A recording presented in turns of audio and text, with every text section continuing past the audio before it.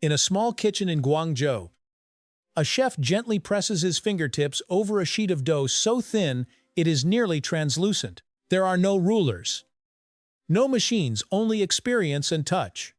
Yet in reality, he is solving a remarkably intricate physics problem. A perfect dumpling cannot deviate by more than 0.1 too thick, and the starch crystallizes excessively, turning the wrapper opaque, chewy, and heavy. Too thin, and steam pressure during cooking ruptures the polymer network, tearing the skin and spilling the filling. This is not merely cooking, it is materials engineering.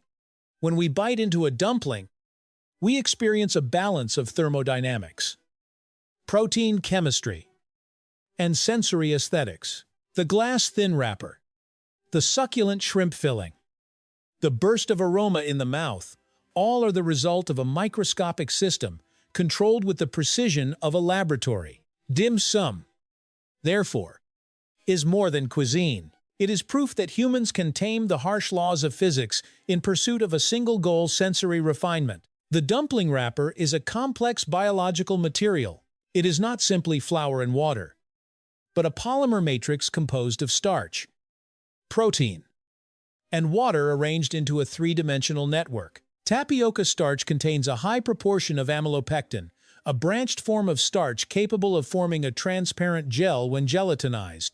Meanwhile, wheat starch functions as a light protein framework, giving the wrapper just enough elasticity to hold its shape. When this mixture is exposed to temperatures above 70–80 degrees Celsius in a humid environment, starch granules absorb water, swell, and lose their original crystalline structure. This process, known as gelatinization, allows amylose to leach out and form hydrogen bonds with water, creating a gel network like a thin sheet of biological glass.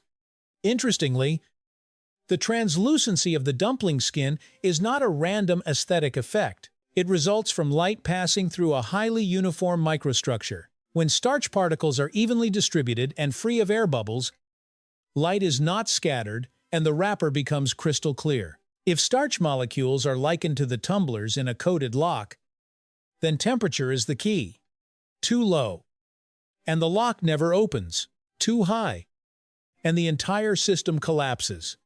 The refinement of a dumpling begins with the material structure itself. The bamboo steamer is not merely a traditional tool, it is an exceptionally efficient regulator of heat and humidity. Bamboo's hollow fiber structure allows it to absorb and release moisture cyclically, creating a stable steaming environment, neither dry like an oven nor submerged like boiling. Steam circulates continuously, carrying thermal energy without disrupting protein structure. During steaming, heat is transferred through convection. Hot vapor envelops the food and distributes energy evenly across its surface. This allows proteins in the shrimp to denature gently. Peptide chains coil without being completely broken. Compared with frying, where temperatures can exceed 180 degrees Celsius and trigger intense Maillard reactions, steaming is a method of structural preservation. It maintains protein elasticity, cellular juiciness, and natural flavor. Steaming functions like a pressure-controlled laboratory. Within that enclosed space, water vapor acts as a thermal buffer, shielding food molecules from sudden deformation. Dim sum, therefore, is the art of energy control. Not too much, not too little, just enough for materials to reach their optimal state. The pairing of shrimp and pork fat is not accidental. It is a biochemical formula. Shrimp is rich in free amino acids such as glutamate and glycine molecules that activate umami receptors on the tongue. Pork fat, by contrast, functions as an aroma solvent. It retains volatile compounds and releases them gradually as temperature rises. When you bite into a dumpling, the wrapper ruptures, creating a kind of negative pressure effect. Steam and compressed aromas escape simultaneously, activating multiple taste receptors at once. Inside the oral cavity, the enzyme amylase begins breaking down starch, releasing simple sugars. This heightens a subtle perception of sweetness, balancing the saltiness and umami from the filling. If the act of eating were compared to a musical composition, this would be the crescendo, the sweetness of starch, the saltiness of sodium, the richness of lipids, the umami of amino acids. All layers overlap, producing a resonant sensory effect. This is not delicious in a simple sense. It is a complex neural response where the brain receives signals from multiple sensory channels and synthesizes them into emotion. After each bite of dim sum, people take a sip of tea. This is not merely a cultural ritual, it is a chemical process. Tea contains tannins and polyphenols, molecules capable of binding to proteins and lipids.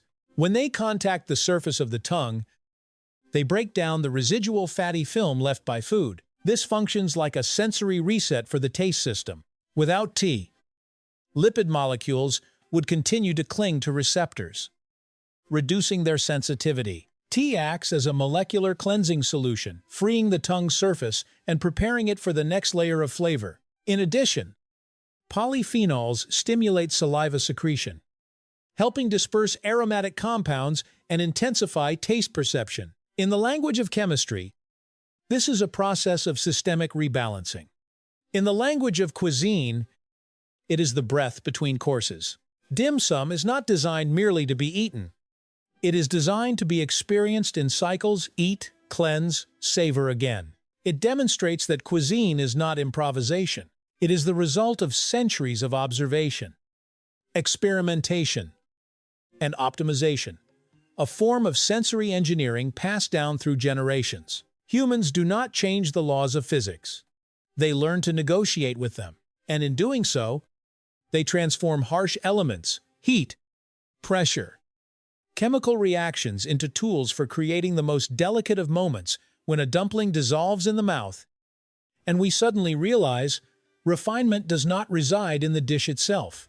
It resides in the way humans understand and orchestrate the microscopic world to reach macroscopic emotion.